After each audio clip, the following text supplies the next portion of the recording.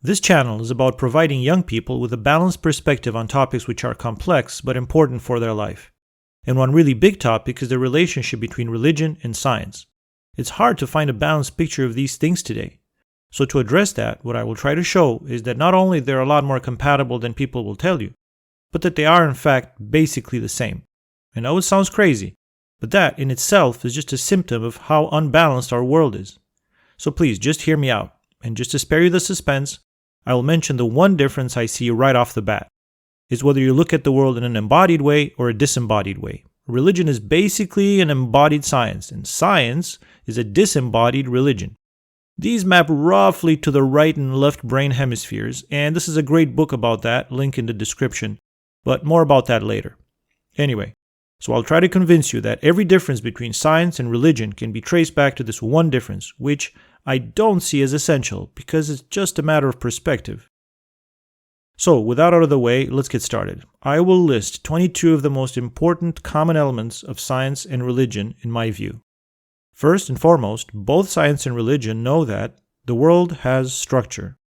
This is not Nam, this is bowling. There are rules.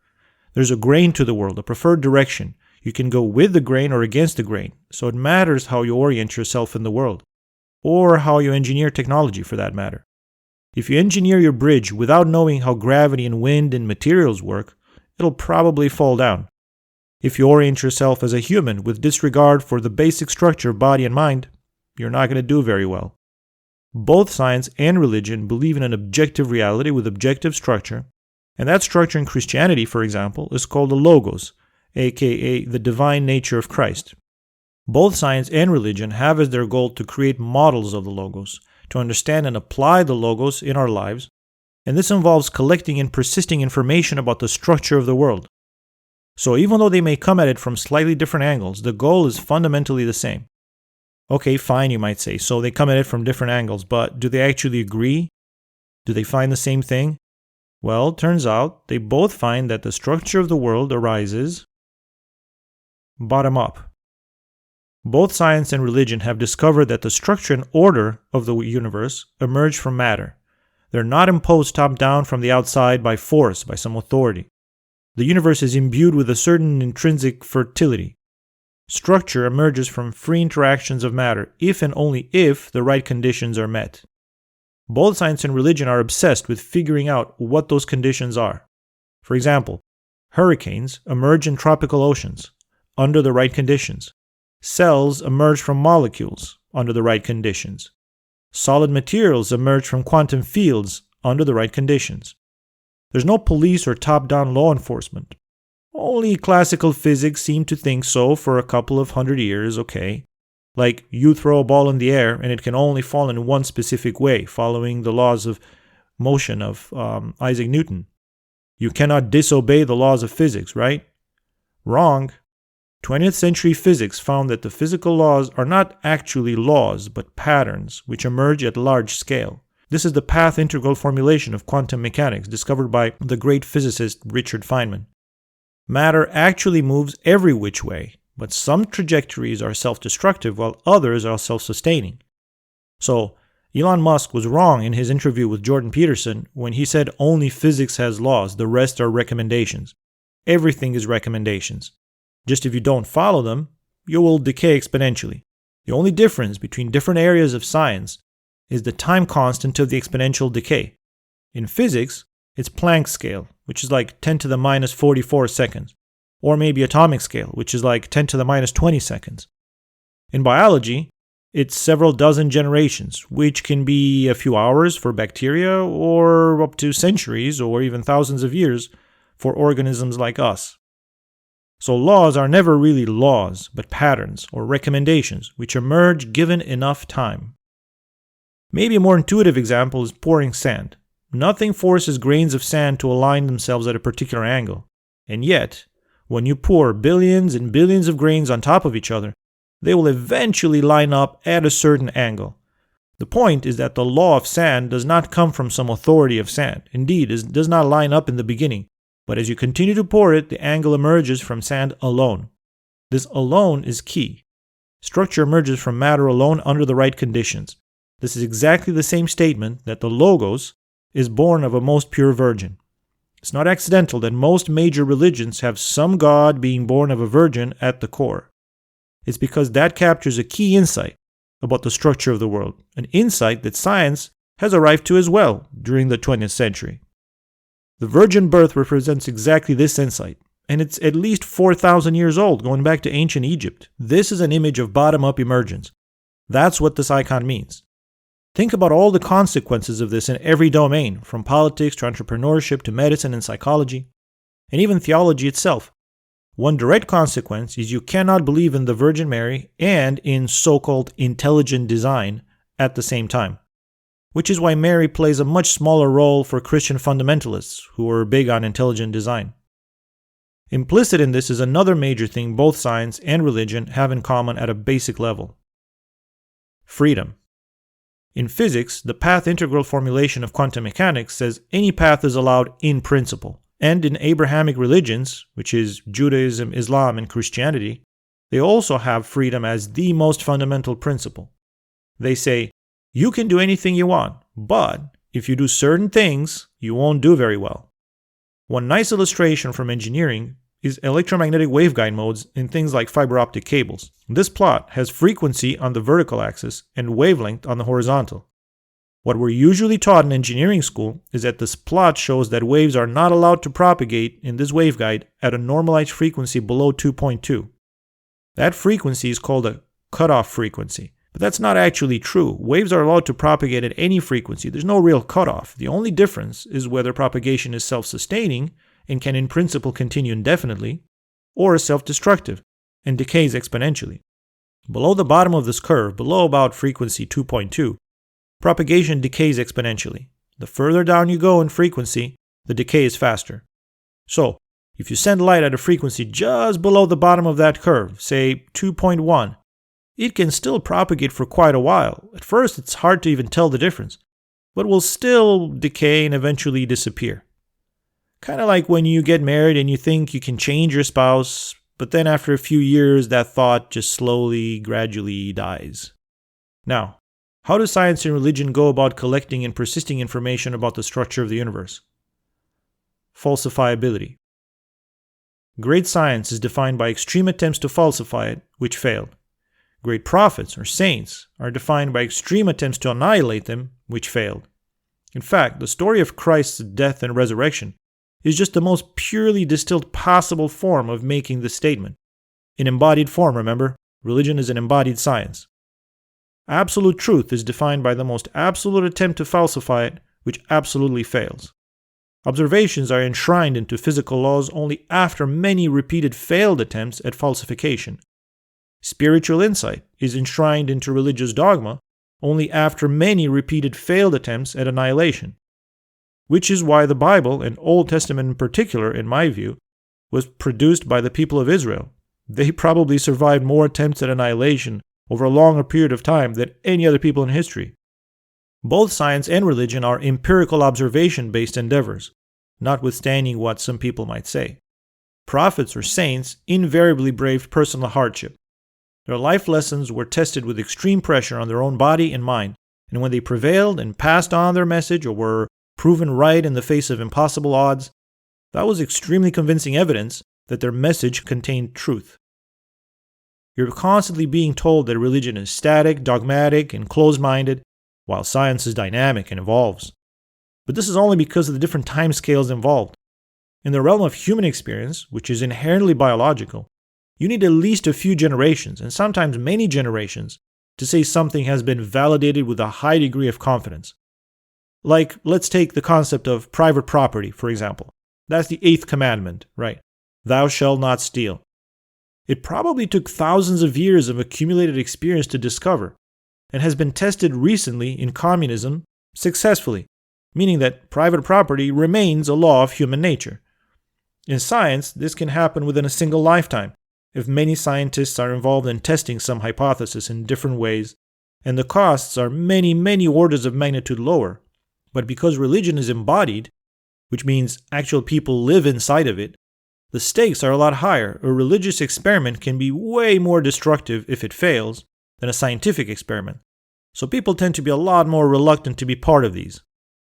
Except for the followers of Pastafarianism. Those guys seem totally cool with experimenting. But yeah, other than that, people tend to stick with what they know. Anyway, this creates the illusion that religions are static, which is not true. Christianity has the synods or councils and the saints. Major saints are usually such a big deal precisely because they update the information in some major way. As a direct consequence of this empirically falsifiable core, both science and religion are fundamentally against ideology. Religion and science both fight against ideologies or idolatries. In science, it's called bias, in religion, idolatry. However, it might seem at first sight that they do it for different reasons. Science believes the universe is intrinsically random and meaningless and aimless, and therefore, if you look with some agenda in mind, you will just not see clearly and will end up deluding yourself. So science says all ideologies are equally worthless and the world has no structure, even as it tries to uncover more of that structure every day, okay? While religion believes that there is a meaning and there is an aim, but the meaning and aim is not created by us humans. The world has aim and meaning in itself. You just have to look at the data accumulated over millennia of experience. And if you look at the data, the aim and meaning is for life to grow and spread and basically make the whole universe alive. Religion basically says all man-made ideologies are equally worthless, but the universe itself does have a bias, and that bias is life itself. So there seems to be a fundamental difference here, right? Well, not really. If you look at what science does, not just what it says, then there's definitely a direction, there's a bias to science. Science is used to build technology, and technology is used to expand life outward. In other words, in practice, not in theory, but in practice, if there's one living example of humans following the Old Testament injunction to be fruitful and multiply, fill the earth and subdue it, then science is it. In fact, it's no coincidence that science exploded at the same time as European colonial expansion. Can you think of a single major scientific discovery which was not used to help life multiply, filling the earth and subduing it? Scientific exploration and territorial expansion are basically synonymous. Why does science get so much funding? Why do China and the US compete in space, in AI, etc.? Even today, with SpaceX, which leverages a huge array of scientific knowledge, the goal is to become a multiplanetary species. Think about it. If humans end up spreading to other planets and other stars, they will have to bring their whole ecosystem with them, starting with their gut, skin, and mouth microbiomes, plus plants and animals we grow for food or for producing oxygen, etc. Humans are basically just a vehicle for life to grow and spread across the universe, and science is the most powerful tool yet devised for this. Science has a profound built-in bias, and that is for terraforming the universe. In fact, Terra, our own planet itself in its current form, was terraformed by life in the first place in order to look like it does today. There was no oxygen in the atmosphere originally. The oceans were what today would be considered toxic waste. Science is just the latest episode in the journey for life in general to be fruitful, multiply, filling the universe and subduing it. And it's doing a spectacular job. So anyway, coming back to ideologies. At a fundamental level, religion and science both adhere to the same ideology of life. Science is just a bit in denial about it, okay, because it's a left-brain dominated effort, but I think that's temporary. Science will very soon, next couple of centuries I think, be incorporated back into religion, from where it originated in the first place. And speaking of denial, here's another thing that features very prominently in both science and religion. Heresy. This one's easy. Both science and religion collect and persist information about the world, so when new information comes in, it needs to be triaged. New conjectures or hypotheses are proposed, some are accepted, some are rejected. Those that are rejected are heresies, those that are accepted are discoveries or revelations. As Matt Ridley pointed out, every major scientific discovery started as a heresy and was treated as such by the scientific establishment of the time. Also, some of the greatest religious figures, Jesus himself, but a whole host of later Christian saints, like St. Maximus the Confessor, were first persecuted as heretical before being canonized. Not to mention St. Jobs, first fired from Apple only to return in glory and be canonized. Now, at the other extreme from heresy lies another common point in science and religion: dogma. This one might be less obvious to you, but both science and religion have it. Because when they collect and persist new information about the world, both need an immune system against misleading or parasitic information. That's what dogma is. Dogma is an immune system, and that's all it is. Now, you as a human are a lot more than your immune system, right? Same goes with religion and with science. There is the day-to-day work, which usually has nothing to do with the dogma, but rather with making insane profits from technology, like rockets or microchips in science, or making spiritual profits from psychotechnologies, like prayer or ritual in religion. And then there's the dogma, which always kicks in only when some major change is pushed by someone. Dogma must by its nature be rigid, like the wall of the glass. If there's a crack in it, the whole content will be lost. But it's really important not to confuse the glass with its content. They're very different things. Both of them are important and both rely on each other, but they're very different. So both religion and science need an immune system. They need a wall of the glass to protect the content. And they would not be around very long if they didn't have it. Speaking of being around for very long, that leads me to another big thing they have in common. Eschatology. Who's the winner? Who gets all the brownie points? Turns out religion and science give the same answer. It's whoever manages to stick around the longest. The universe is all about a fight against time, decay, or death. What are the oldest man-made structures you see around? Temples and churches. What are the oldest things you see around in the material world in general? Surprise, it's living things just like you. Living cells and their DNA are the oldest thing on Earth. Has been around for about 4 billion years. Entire stars have been born and died many times over in that time. DNA is the most stable and resilient thing on Earth, and perhaps in the universe. It will almost definitely outlive the solar system. To put it shortly, the end goal in both science and religion is resilience in the face of death or decay. Or in religious terms, eternal life. Eternal life, aka resilience, are the end-all be-all of both science and religion. This goes a lot deeper than it might seem. Here's just one juicy tidbit for the science buffs out there. All scientific laws can be formulated as variational principles, like a minimum or maximum of something. Nobody knows why this is, but it makes sense if you think of it in terms of resilience against some kind of perturbation, ability to survive some kind of disruption. Let us take the first variational principle ever discovered, Fermat's principle of least time. Fermat figured out in 1662 that light, in the sense of ray optics, going from point A to point B, takes the fastest path. In other words, the path of least time. Why is this? Seems kind of arbitrary. Well, time minimization is what comes out if you try to make something always get there on time. So light, in a very fundamental sense, is by definition the delivery boy of the universe. The fact that it's also the fastest thing in the universe is just a mathematical consequence of that. And so it is with every other physical phenomenon. All physical phenomena are resilient with respect to some perturbation, which is basically natural selection at cosmic scale. The kind of perturbation basically defines the law. All phenomena are defined by their resilience against decay. So, everything in the universe, from the fundamental laws of nature like electromagnetism and gravity, all the way to living organisms and human culture and religion, are driven by the same end goal, eternal life. Or if that makes you uncomfortable, fine. You can call it something more technical sounding, like long-term survival and resilience against perturbations and decay. Happy? But notice one important detail of this diagram. Points P and Q are not just points in space, but points in time. Every variational principle tells a story of what happens or what needs to happen between point P and point Q. What this means is that the structure of the world is defined through stories. Religion consists almost entirely of stories. And guess what? Science does too. Except in science, they're called models or simulations. If this, then that. The key part is the then. After P comes Q. That's the atomic story.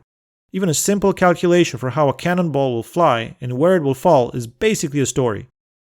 Let's take the path integral formulation of quantum mechanics. It's basically the story of the 3 little piggies. Except in this case, it's the 3 little paths. Some of them are self-destructive and cancel themselves out, while only one is self-sustaining and is robust to perturbations. In religion, stories have exactly the same role. They model or simulate some aspect of reality.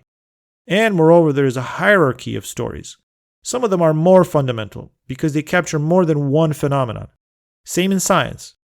When you model an atom, It's very unlike direct everyday experience, very unintuitive and implausible at first sight. However, you do capture chemistry and lasers and semiconductivity, elasticity, electric conduction, magnetism, refraction, transparency, fluorescence. They're all contained in or derived from that one model. Same with stories like the Garden of Eden and the Fall. It's also unintuitive and implausible at first sight, but it's a model of not one but many aspects of human nature, all compressed into a single story. So you keep digging into it and keep finding more layers. Long story short, the point is, both science and religion use stories to capture insights about the structure of the world. So then, some people are bound to ask, are these models/stories actually real? Are they true? True fictions. Scientific models and religious stories are both true and untrue. In the modern world, we are used to separating things neatly into fact and fiction. But the reality is more nuanced. It's more like a gradient. At one end are pure facts, like I brushed my teeth this morning, but these are usually trivial, do not generalize, and are mostly useless. At the other end are pure fictions, like pigs flying, which are also trivial and useless. The really interesting area is in the middle, and this is where both science and religion thrive.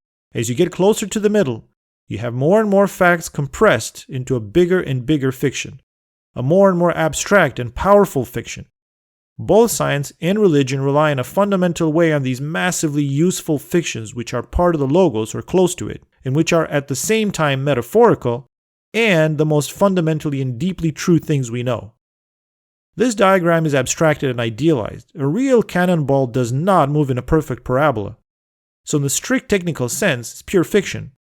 But it is useful for making predictions to think about it that way. Another example is quantum mechanics. The state vector is the source of truth for the state of the system. It's the most real and true thing in physics. But does it really exist? Physicists get very frustrated when I ask this question because a state vector is a mathematical construct, so the question itself is kind of meaningless. Religious people get equally frustrated when people ask whether Adam really existed, or where the Garden of Eden was. Physics makes models to help us predict stuff. If the predictions turn out to be true, we say the models are true. So just don't think in terms of real or not. Think in terms of useful or not. Useful is real. If the metaphor or symbolism is useful for making predictions about people's lives or for making predictions in science, then the metaphor is as real and true as anything can ever get. So the question now becomes, where do these stories or models come from? How are they created? Does someone just sit down and thinks really hard and just writes them? No. Accumulation by tradition. Both science and religion build up knowledge in the form of useful models by a complex process of distillation over a long period of time, involving many people, most of which never meet each other. They are team efforts, where the team is highly distributed in both space and especially time.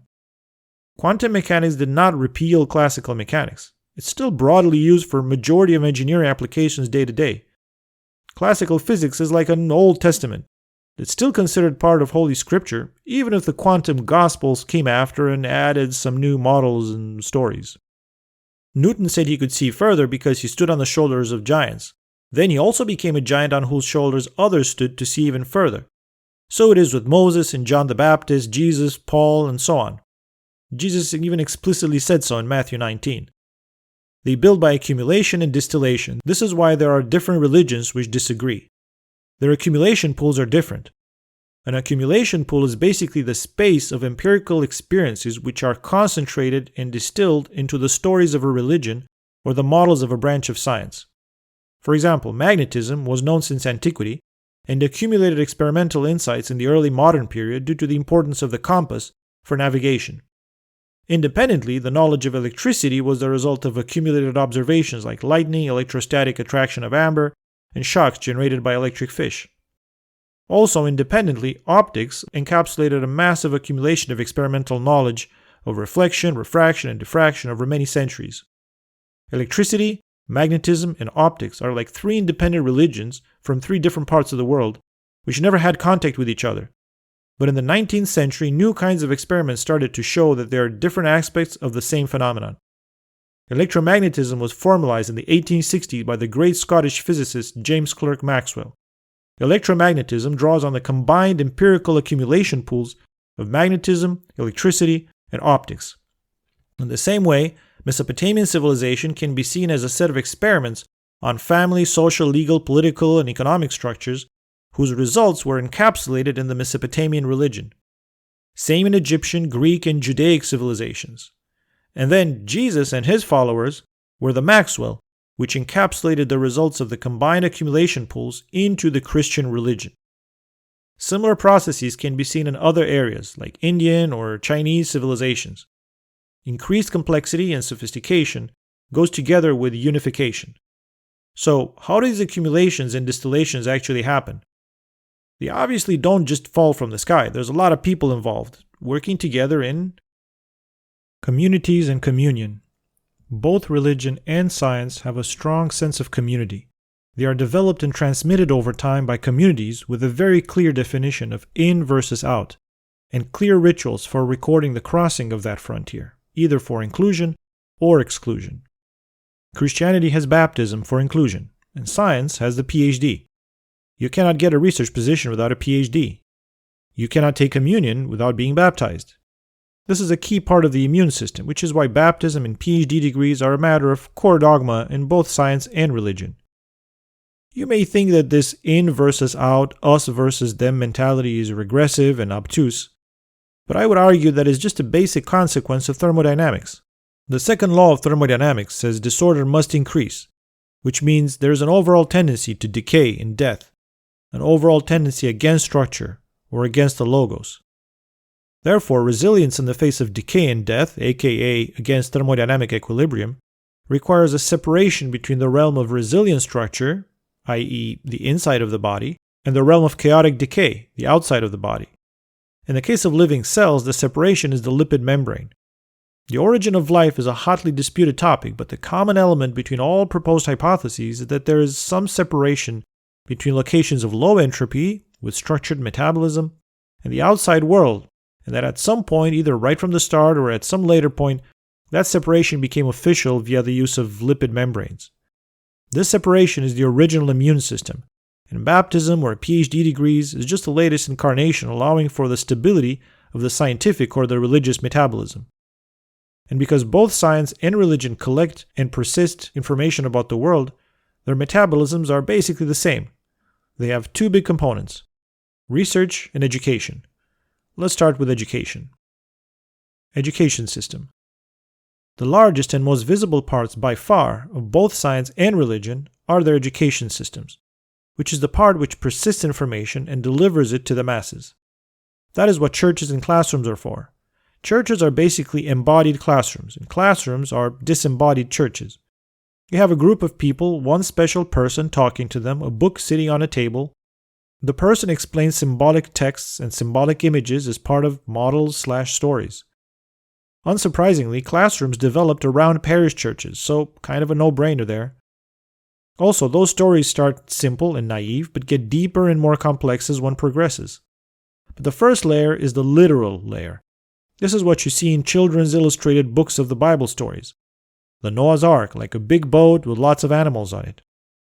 That's not wrong, but it's the kindergarten version, like teaching kids about Schrodinger's cat.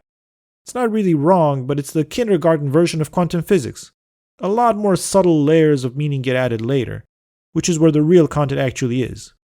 So, when rationalists argue against religion, they always argue against the kindergarten version. Okay, but where do all those stories and the knowledge they encapsulate come from? Well, they get discovered by the research system. Both science and religion have a department whose job it is to collect new information, to obtain deeper insight into reality. In science, these are called discoveries. In religion, revelations. But they're exactly the same thing. So scientists, don't get so smug about dismissing revelation. And religious people, don't get too cocky about your revealed truth. When scientists measure the speed of light, they get a revealed truth too. And since religion is an embodied science, the first place to push the limits is the body and mind. Pushing the body to the limit in order to learn its deepest structure is called ascetic practice, while pushing the mind to the limit in order to learn its deepest structure is called mystical practice. In science, we do the same with matter, energy, and space-time. At the frontier of known and unknown is where discoveries/revelations take place. In science, these are research labs, while in religion they're monasteries, or just the caves of lone ascetics and mountains and deserts. Modern research universities actually grew out of medieval monasteries, so again, pretty obvious what's going on here. Okay, so communities pass down deeply insightful stories in both science and religion. But drilling down a bit, what are stories made of? Symbolic language and images. Both science and religion use a symbolic language in both text and images. When religious people say, Christ died on the cross and was resurrected, that is very similar to a physicist saying that the curvature of space-time is proportional to the energy momentum density. Both of these statements are highly compressed abstract statements, whose consequences and ramifications are impossible to cover comprehensively by a single human. Both of them have visual representations, diagrams in physics and icons in religion, which are, however, limited projections of a multidimensional reality. For example, this is the icon of Saints Peter and Paul, which at least in Orthodox Christianity are always represented together. This icon represents the concept of opponent processing, which is a basic model in neuroscience, psychology, and many other fields as well. It says that if you want fine control over some parameter, then a good way to achieve that is by having two tendencies which oppose each other. This results in a very stable configuration, but which can be tuned easily by adjusting the balance of the two forces. A non-biological example of this is electrical circuits, where it's called negative feedback. Thousands of applications of this concept exist in both living and non-living systems, and they're all encapsulated in this highly compressed abstract icon. So, what are all these symbolic stories and images for? What is their practical utility? Predictions or prophecies. Both science and religion canonize their respective saints by their ability to create or embody models which can make correct predictions. Newton predicted correctly where a cannonball would fall. Einstein predicted correctly how light would propagate around the sun. Jesus predicted correctly that the Jewish civilization would soon collapse. St. Gregory Palamas predicted correctly that Christianity would collide with science and be destroyed by it if it became too materialistic. So it's pretty obvious that prediction is the core business of both science and religion, just like any living system is basically a prediction machine as it adapts to its environment. The environment of science and religion just happens to be the universe as a whole. One true God. There is a fundamental assumption in science that all areas of science must be consistent with each other, even if we have no idea how and cannot explicitly connect them. We assume psychology must derive from biology. We assume biology must emerge from physics. We assume gravity must be consistent with quantum mechanics. There must be a single unified theory. There has been a strong trend toward unification in the last few hundred years, to be fair, as many phenomena which seem completely distinct were shown to derive from a single set of concepts. All kinds of different diseases were shown to come down to the single science of cell biology. Three apparently totally different forces, strong, weak, and electromagnetic, can be described by a single model, the Standard Model. The Earth, Moon, Sun, planets, and other stars, though initially thought to follow completely different independent laws, turn out to be governed by a single law, gravity. So, unification has definitely been the trend. And science assumes this will continue until we have, in the future, a single unified theory of the world. Another way to say this is that science is fundamentally monotheistic, just like most of the major religions these days. Theory and application. Both science and religion have theoretical and applied components. In science, you have theorists and then the engineers who build the technology in our smartphones, but religion has exactly the same thing, which was highlighted most eloquently by John Vervaeke at the University of Toronto. He discusses the idea of psychotechnologies and social technologies, most importantly community building, community of the mind through prayer and meditation, and social community through rituals, singing together, eating together, pilgrimages, etc. All these are forms of personal self-engineering or social engineering. Life over comfort. Both science and religion say life itself is more important than comfort, or what is commonly called happiness these days. In fact, biology and history of evolution is full of sacrifices in the name of survival, starting with apoptosis, voluntary cell death, which is a universal feature of all life forms, by the way, and ending with men staying behind on the Titanic to allow women and kids to live on. That is not to say life needs to be hell, of course. If it's too difficult, life cannot propagate either. But the famous mouse utopia experiments demonstrated that populations can collapse not only from excessive hardship, or privation, but also from excessive comfort. The point is, comfort is orthogonal to life, and life prevails. This is exactly what religion says too. Christ said he is the way, the truth, and the life. He did not say the good life, just the life. And then he promptly suffered horribly and died, but life prevailed, just to make that point in the resurrection. Life is more important than anything else. You would think Darwinists would appreciate that. And one consequence is that faith plays a key role in both science and religion. Faith. The reality is that faith is the nuclear weapon of human psychology. There's no more powerful force in the world than a group of people united by faith in something. There's almost no limit to what humans can achieve through the power of faith. However, if misdirected, there is also no limit to what humans can destroy through the power of misdirected faith, including, and most importantly, themselves. This seems at first like a major difference between science and religion, but in fact, both of them have a whole set of practices and procedures to control and regulate faith. As Carl Jung said, one of the main functions of religion is to protect people against a direct experience of God. The same is true in science, where a lot of effort is spent on protecting against wrong ideas, against snake oil salesmen, or treatments by bleeding, etc. So for this reason, both science and religions are fundamentally non-proliferation treaties, trying to contain, limit, and channel faith in constructive directions. Science is still mainly focused on the negative, though, and has not yet learned to leverage the positive side of faith. For example, large amounts of empirical data show the enormous benefit of psychological effects like the placebo effect. If we were to compare the placebo effect to any other medical treatment, it would be by far the most powerful treatment known to man. Yet science is reluctant to actually use it for good because it still sees disembodied knowledge as more important than life itself. There are signs of a détente recently, though, and science has started to study placebo as a treatment in its own right. See link in the description. This work is still in its infancy, but it is inevitable that we will just rediscover the same techniques religion has already been using for tens of thousands of years. Prayer, community, family, ritual, singing, fasting.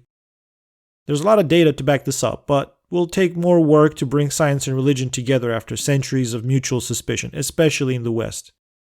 And speaking of suspicion, another thing science and religion have in common is bigotry.